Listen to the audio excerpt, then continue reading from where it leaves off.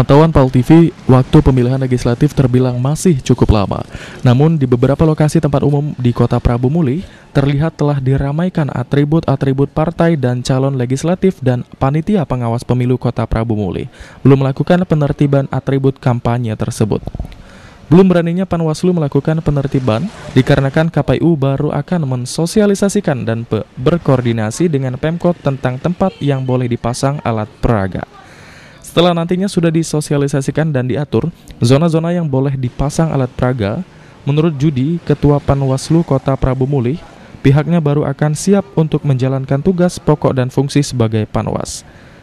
Sesuai Per KPU nomor 15 tahun 2013 yang merupakan perubahan Per KPU nomor 1 tahun 2013, Panwaslu hanya sebatas memberikan rekomendasi kepada pemerintah kota, dalam hal ini Satpol PP, yang nantinya akan menertibkan baliho atau alat peraga yang melanggar.